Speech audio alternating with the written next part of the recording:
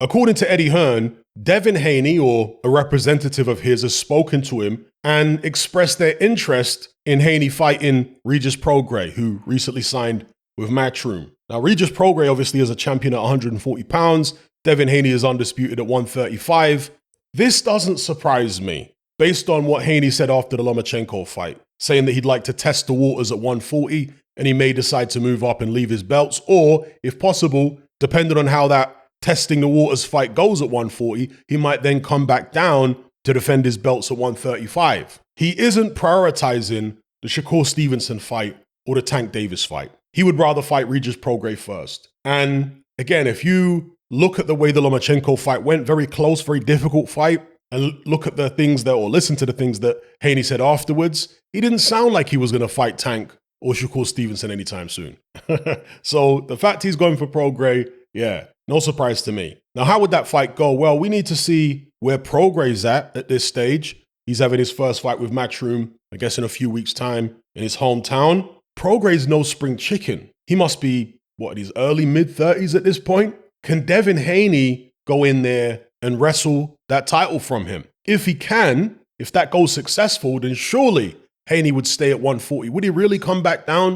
You know, especially if he manages to beat Prograis convincingly. Maybe he'll feel like, you know what, 135 is just too tight for me now. I can't do the weight. I feel much better and much more sprightly at 140. It's time for me to campaign at this weight division and let those guys, as in Tank Davis, the likes of Shakur Stevenson, let those guys come up and meet me at 140 sometime in the future. Because obviously at 140, there's the Josh Taylors of the world. There is, spoken about RegisPrograis. There's Teofimo Lopez. There's Ryan Garcia.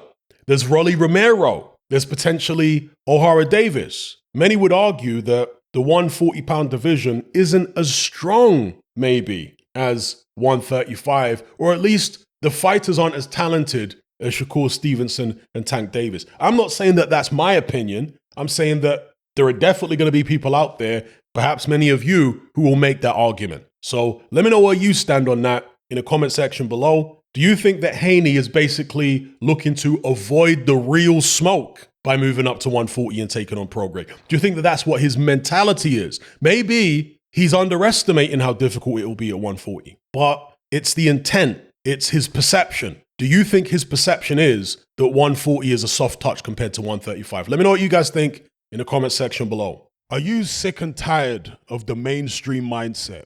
Does the dogmatic conformity and pathological ignorance have you tearing your hair out in frustration? Then don't be alone. Come and join our brotherhood on Patreon. We stand as a beacon of reason against an army of insanity. You'll gain access to my weekly topical podcast, where we take more deep dives than Jacques Cousteau on an endless variety of subjects.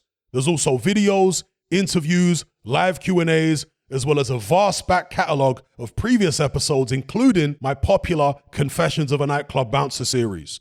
You can listen via the Patreon app or download in high-quality MP3. Connect with myself and hundreds of other members in our Element chat group. There's no contract, no commitment, you can cancel at any time, and it's cheaper than a Mickey D's McMuffin. Just head to my Patreon page via the link below this video and select the tier called the Brotherhood of Reason. I'll see you over there.